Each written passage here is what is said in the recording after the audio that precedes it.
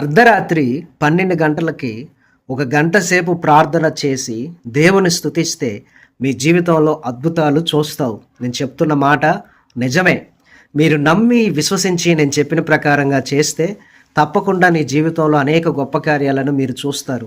అర్ధరాత్రి అనగా మిడ్నైట్ 12 గంటలకు లేచి మోకరించి దేవుని వైపు నీ చేతులు ఎత్తి ప్రార్థన చేసి దేవుణ్ణి స్తుతిస్తే మీ జీవితంలో దేవుడు మీకు విడుదలనిస్తాడు. దేవుడు మీకు ద్వారాలు తెరుస్తాడు. దేవుడు మీతో మాట్లాడతాడు. మీరు ఉన్న సమస్యల్లో నుండి, ఇబ్బందుల్లో నుండి, వేదనలో నుండి, దుఃఖాల్లో నుండి ప్రభు మిమ్మల్ని విడిపిస్తాడు. కాబట్టి ఈ యొక్క వీడియో ద్వారా దేవుడు నీతో మాట్లాడబోతున్నాడు. కాబట్టి అర్ధరాత్రి పూట 12 గంటలకు ఎప్పుడైనా మీరు ప్రార్థన చేశారా? ఒక గంట మీరు most of the time morning టైంలో ప్రేయర్ చేసి ఉండొచ్చు, లేకపోతే మధ్యాహ్నం పూట చేసి ఉండవచ్చు, లేదా సాయంత్రం పూట, లేకపోతే పండుకునే ముందు చేసి ఉండవచ్చు. కానీ అర్ధరాత్రి పూట 12 గంటలకు లేచి మీరు ఉన్న శ్రమలు పోవాలని, మీరు ఉన్న కష్టాలు పోవాలని, మీరు ఉన్న ఇబ్బందులు పోవాలని దేవునికి మొరపెడితే, దేవుడికి ప్రార్థన చేస్తే, దేవుని బ్రతిమలాడితే, దేవుని ఎదుట కన్నీరు కారిస్తే ఖచ్చితంగా దేవుడు నీ జీవితంలో బలమైన గొప్ప కార్యం జరిగిస్తాడు. నేను చెప్పిన ప్రకారంగా ఒక్కసారి ట్రై చేసి చూడండి. మీరు ఎంతో కాలం నుండి ఉద్యోగం కోసం ప్రయత్నం చేస్తున్నారు. అర్ధరాత్రి లేచి 12 గంటలకి ఒక గంట సేపు ప్రార్థన చేసి చూడండి. ఖచ్చితంగా దేవుడు నీకు ఉద్యోగాన్ని ఇస్తాడు. సంతానం కోసం ప్రార్థన చేస్తున్నారు. అర్ధరాత్రి పూట ఒక 12 గంటలకు ఒక రోజు లేచి దేవుని ఎదుట ప్రార్థన చేయండి. తప్పకుండా దేవుడు నీకు సంతానాన్ని అనుగ్రహిస్తాడు. నీ సమస్య ఏదైనా కానీ, స్వస్థత కోసమైనా, నీ అంశం ఏదైనా, అభిషేకం కోసమైనా, దేవుడు నిన్ను బహుబలంగా వాడుకోవాలని, దేవునితో మాట్లాడాలని, ఏ రకంగా మీరు దేవుణ్ణి అడిగినా ఆ రకమైన కార్యం మీ పట్ల దేవుడు తప్పకుండా జరిగిస్తాడు. అందుకని అర్ధరాత్రి 12 గంటలకు లేచి ఒక గంట ప్రార్థన చేసి దేవుణ్ణి స్తుతించండి. మీ జీవితంలో నువ్వు ఖచ్చితంగా అద్భుతాలు చూస్తావు. ఈ రోజే, లేకపోతే ఈ రాత్రి ఒక్కసారి మీరు ట్రై చేసి చూడండి. తప్పకుండా దేవుని పట్ల గొప్ప కార్యం జరిగిస్తాడు. వాక్యంలో నుండి మనం అర్ధరాత్రి పూట లేచి ప్రార్థన చేస్తే మన జీవితంలో ఎలాంటి గొప్ప కార్యాలు జరుగుతాయి అనేది నేను వాక్య లేఖనాల ద్వారా నేను మీకు వివరిస్తాను. వీడియో ఇంట్రెస్టింగ్గా ఉంటుంది. లాస్ట్ వరకు కూడా వీక్షించండి. దానికంటే ముందుగా ఈ ఛానల్ని సబ్స్క్రైబ్ చేయండి, అనేకులకి షేర్ చేయండి, కామెంట్ చేయండి. కామెంట్ ఏమని చేస్తారు అంటే, నేను విడుదల పొంది ఉన్నానని కామెంట్ చేయండి. హై పాయింట్స్ ఉంటే హై పాయింట్స్ ఇవ్వండి.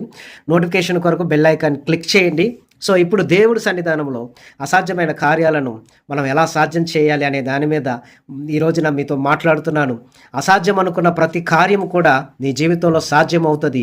అర్ధరాత్రి నీవు మోకరించి దేవుని వైపు చేతులెత్తి ప్రార్థన చేసి దేవుని స్తుతిస్తే మీ జీవితంలో మీరు అద్భుతాలను తప్పకుండా చూస్తారు. ఈ యొక్క వీడియోని ఆఖరి వరకు కూడా వీక్షించండి. ఇప్పుడు మనం వాక్య ధ్యానంలోకి వెళ్దాం. అపోస్తుల కార్యం 16వ అధ్యాయం 16వ వచనం నుండి 27 వచనాల వరకు ధ్యానం చేసుకొని మీరు దేవుని యొక్క వాక్యం ద్వారా బలపడి ఇక మీ జీవితంలో మీరు మేలులు పొందుకుంటారని ఆశిస్తున్నాను. ఇప్పుడు మనం వాక్య ధ్యానంలోనికి వెళ్దాం. జాగ్రత్తగా వినండి. చూడండి, అపోస్తుల కార్యం 16వ అధ్యాయంలో ఇక్కడ మనం చూసినట్లయితే 25వ వచనం నుండి ఒకసారి మీకు చెప్తాను. అయితే మధ్యరాత్రి వేళ పౌలును సిలయు దేవునికి ప్రార్థించుచు కీర్తనలు పాడుచూ నుండిరి, ఖైదీలు వినుచుండిరి. అప్పుడు అకస్మాత్తుగా మహాభూకంపం కలిగెను, చెరసాల పునాదులు అదిరెను, వెంటనే తలుపులన్నీ తెరచుకొనెను, అందరి బంధకములు ఊడెను. మధ్యరాత్రి అనగా అర్ధరాత్రి, మిడ్నైట్, పౌలు శీల అనే గొప్ప దైవజనులు ఏం చేశారంటే దేవునికి ప్రార్థన చేశారు. రెండవదికి కీర్తనలు పాడుతూ ఉన్నారు. అప్పుడు ఏం జరిగింది అంటే అకస్మాత్తుగా ఒక భూకంపం కలిగింది. ఒకటి భూమి కంపించింది. రెండవదిగా చెరసాల యొక్క పునాదులు అదిరిపోయినాయి. తర్వాత మూడవదిగా తలుపులన్నీ కూడా తెరుచుకున్నాయి. నాలుగవదిగా అందరి బంధకములు కూడా ఊడిపోయాయి. సో మీరు కూడా మధ్యరాత్రి వేళ పౌలు శీల చేసినట్లుగా మీరు కూడా ఈరోజు రాత్రో రేపు రాత్రో మీకు వీలు ఉన్నప్పుడు దేవునికి ప్రార్థన చేస్తూ కీర్తనలు పాడుతూ, అంటే ఒక కీర్తన కాదు, కీర్తనలు పాడుతూ ఉన్నప్పుడు మీ జీవితంలో కూడా దేవుడు ఏం చేస్తాడు అంటే మీ జీవితంలో మూసుకుపోయిన తలుపులన్నీ తెరుచుకొని మీకు ఉన్న ప్రతి బంధకాలన్నీ కూడా మీ వద్ద నుండి తొలగిపోతాయి. ఎప్పుడైతే నువ్వు అర్ధరాత్రి పూట దేవునికి ప్రార్థన చేస్తావు. సో అసలు ఏం జరిగింది? ఎందుకని వీళ్ళు మధ్యరాత్రి వేళ ప్రార్థన చేశారు, పాటలు పాడారు? అకస్మాత్తుగా ఎందుకు భూకంపం కలిగింది? చెరసాల పునాదులు ఎందుకు అదిరాయి? తలుపులన్నీ ఎందుకు తెరుచుకున్నాయి? బంధకాలు ఎందుకు ఊడిపోయాయి అనేది నేను మీకు వివరంగా తెలియపరుస్తాను. సో ఇప్పుడు దానికి మనము వాక్య ధ్యానంలో నుండి చూద్దాము. మరి అపోస్తుల కార్యం 16వ అధ్యాయం 16వ వచనం నుండి ధ్యానం చేసుకుందాం. మేము ప్రార్థనా స్థలమునకు వెళ్ళుచుండగా పుతోను అను దయ్యం పట్టినదై సోద చెప్పుట చేత తన యజమానులకు బహులాభం సంపాదించుచున్న ఒక చిన్నది మాకు ఎదురుగా వచ్చెను. ఆమె పౌలును మమ్మల్ని వెంబడించి, ఈ మనుషులు సర్వోన్నతులైన దేవుని దాసులు, వీరు మీకు రక్షణ మార్గం ప్రచురించే వారే ఉన్నారని కేకలు వేసెను చెప్పాను. ఆమె అలాగా అనేక దినములు చేయుచుండెను గనుక పౌలు వ్యాకులపడి దాని వైపు తిరిగి, నీవు ఈమెను వదిలిపోమ్మని యేసుక్రీస్తు నామమున ఆజ్ఞాపించుచున్నానని ఆ దయ్యముతో చెప్పాను. వెంటనే అది ఆమెను వదిలిపోయాను. ఆమె యజమానులు తమ లాభసాధకం పోయినని చూచి సౌలును శీలను పట్టుకొని గ్రామపు చావిల్లోనికి అధికారుల యొద్దకు ఈడ్చుకొని పోయిరి. అంతటి న్యాయాధిపతులకు వారిని తీసుకొని వచ్చాను. ఈ మనుషులు యూదులై ఉండి రోమిలమైన మనం అంగీకరించుటకైనను చేయుటకైనా కూడా ఆచారములు ప్రచురించుచు మన పట్టణం గలిబిలి చేయుచున్నారని చెప్పారు. అప్పుడు జనసమూహం వారి వీధికి దొమ్మిగా వచ్చిన న్యాయాధిపతులను న్యాయాధిపతులు వారి వస్త్రం లాగివేసి వారిని బెత్తములతో కొట్టవలనని ఆజ్ఞాపించిరి. వారు చాలా దెబ్బలు కొట్టి వారిని చెరసాలలో వేసి భద్రముగా కనిపెట్టవలనని చెరసాల నాయకునికి ఆజ్ఞాపించిరి. అతడు అట్టి ఆజ్ఞ పొంది వారిని లోపలికి చెరసాలకు త్రోసి వారి కాళ్ళకు బొండ వేసి బిగించను. అయితే మధ్యరాత్రి వేళ పౌలును శీలయు దేవునికి ప్రార్థించుచు కీర్తనలు పాడుచుండిరి. ఖైదీలు వినుచుని. అప్పుడు అకస్మాత్తుగా మహాభూకంపం కలిగెను. చెరసాల పునాదులు అదిరెను. వెంటనే తలుపులన్నీ తెరుచుకొనిను. అందరి బంధకములు ఊడెను. ఇక్కడ మనం చూసినట్లయితే పౌలు శీలలు ప్రార్థనకు వెళ్తున్నారు. ప్రార్థనకు వెళ్తా అక్కడ ఒక ఆమెకు దయ్యం పట్టి సోద చెబుతున్నప్పుడు ఆమె దయ్యం తొలగిపోవాలని ప్రార్థన చేస్తే ఆమె దయ్యము ఆమె యొద్ద నుండి దూరం అయిపోయింది. అప్పుడు వాళ్ళందరూ కూడా ఆ దయ్యాన్ని వదిలిపెట్టిన ఆ యొక్క యజమానులు ఎవరైతే ఉన్నారో, ఒక స్త్రీ ఉంది, ఆ స్త్రీ యొక్క యజమానులు ఆ దయ్యం చేత సోద చెప్పడం చేత వాళ్ళు లాభసాధకం పొందుకుంటున్నారు. అంటే డబ్బులు సంపాదిస్తున్నారు. జాతకాలతో రకరకాలైన ప్రలోభాలు పెట్టి దయ్యాల ద్వారా సోది చెప్పిస్తూ ఆ స్త్రీని ఉపయోగిస్తున్నప్పుడు పౌలు గారు ఆమెకున్న దయ్యాన్ని వెళ్ళగొట్టాడు. అప్పుడు ఆమెను ఆ దయ్యం వెళ్ళిపోయిన తర్వాత ఆమె సోద చెప్పడం మానేసింది. అప్పుడు వీళ్ళందరూ కూడా పౌలు శీల మీద చాలా కోపపడ్డారు. ఏం చేశారంటే అధికారుల యొద్దకు ఈడ్చుకొని వెళ్ళారు. అలాగే వాళ్ళు ఏం చేశారంటే వాళ్ళ మీద నిందలు వేశారు. అలాగే న్యాయాధిపతులు వారి యొక్క వస్త్రాలు లాగేశారు, అనగా వాళ్ళ బట్టలు తీసేశారు, బెత్తాలతో కొట్టారు, చాలా దెబ్బలు కొట్టారు, చెరసాల్లో వేశారు. భద్రంగా కనిపెట్టాలని చెరసాల నాయకులకు ఆజ్ఞాపించారు. లోపలికి చెరసాలకు త్రోసివేసి వారి కాళ్ళకు బోండాలు వేసి బిగించారు. సో పరిస్థితి ఏమైందంటే ప్రార్థనకు వెళ్ళే వాళ్ళు మేలు చేశారు. సింపుల్గా మీకు అర్థమయ్యేలా నేను చెప్తాను. ఏంటి అంటే, మీరు కూడా మీ జీవితంలో ప్రార్థనకు వెళ్తూ ఉన్నారు, అనేకులకు మేలులు చేస్తూ ఉన్నారు. సడన్గా ఏమైపోయిందంటే అనేకులు మీ మీదకి అకస్మాత్తుగా వచ్చి మీ మీద దాడి చేస్తూ ఉన్నారు. అలాగే అనేక దెబ్బలు మీరు తిన్నారు మీ జీవితంలో. అప్పుల వలన అనేక దెబ్బలు తిన్నారు, కుటుంబం వలన, నమ్మిన వారి వల్ల అనేక దెబ్బలు తిన్నారు. అలాగనే అనేక బంధకాల్లో మీరు ఈ రోజున ఇరుక్కుపోయి ఉన్నారు. ఏం చేయాలో తెలియని పరిస్థితిలో, ఎవరు కూడా విడిపించలేని పరిస్థితిలోనికి మీరు వెళ్ళిపోయారు. భయంకరమైన అప్పుల పాలైపోయారు, వ్యసనాల పాలైపోయారు, పాపాల పాలైపోయారు, భయంకరమైన డ్రింకర్గా మారిపోయారు. ఏం చేయాలో అర్థం కాని పరిస్థితిలోకి వెళ్ళిపోయారు. కుదరని రోగం చేత పీడింపబడుతూ ఉన్నారు. ఏం చేయాలో దిక్కుతోచని స్థితిలో ఉన్నారు. సాతాను మిమ్మల్ని బంధించాడు, మీరు బంధించబడి ఉన్నారు. అయితే ఈ రోజున నీకు విడుదల కావాలి అన్నా, నీకు ద్వారాలు తెరవబడాలి అన్నా, నీ బంధకాలు నీ యొద్ద నుండి తొలగిపోవాలి అన్నా,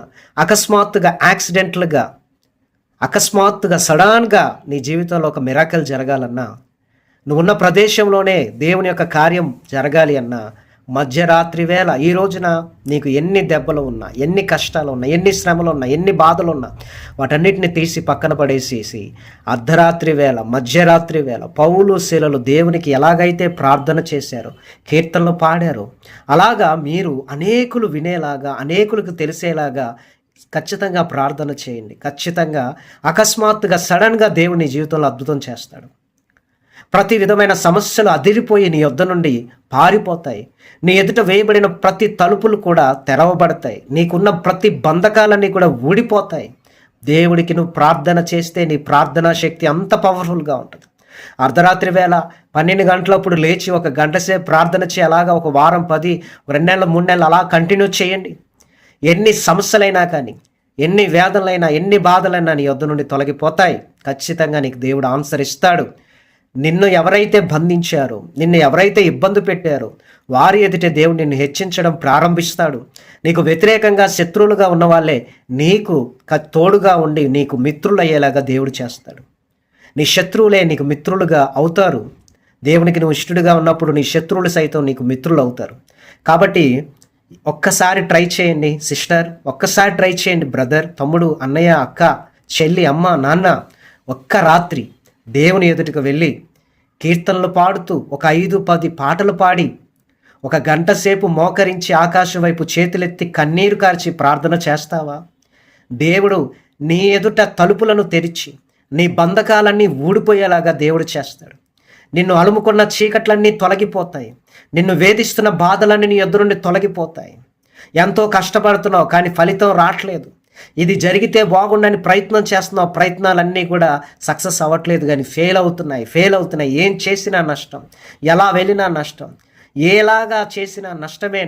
రావాల్సిన డబ్బులు రాకుండా ఆగిపోయిన పరిస్థితి. ఈరోజు రాత్రి నువ్వు ప్రార్థన చెయ్యి. నీకు రావలసిన డబ్బులు వచ్చినట్లుగా దేవుడు ద్వారాలు తెరవబోతున్నాడు.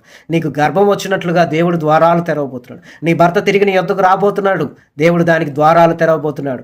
నీ భార్య నీ యొద్దకు త్వరగా తిరిగి రాబోతా ఉన్నారు, దేవుడు ద్వారాలు తెరవబోతా ఉన్నాడు.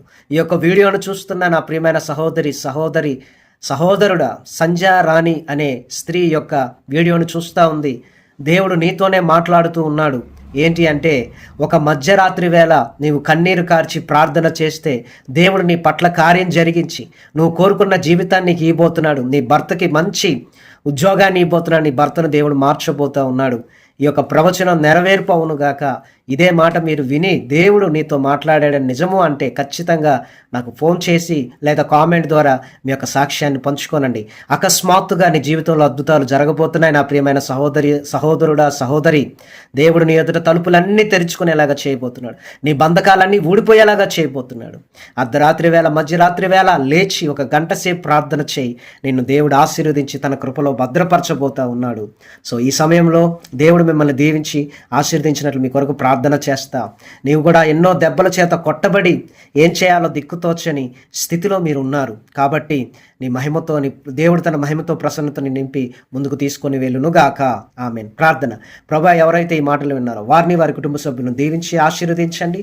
పాటలు పాడి ప్రార్థన చేస్తుండగానే బిడ్డల జీవితాల్లో బలమైన గొప్ప కార్యాలు జరిగించి ఆశీర్వదించమని యేసు నామములో అడుగుతున్నాం తండ్రి. ఆమేన్. కామెంట్ చేయండి, నేను విడుదల పొందుకొని ఉన్నానని కామెంట్ చేయండి. ఈ ఛానల్ని సబ్స్క్రైబ్ చేయండి, లైక్ చేయండి, షేర్ చేయండి. దేవుడు మిమ్మల్ని దీవించును గాక.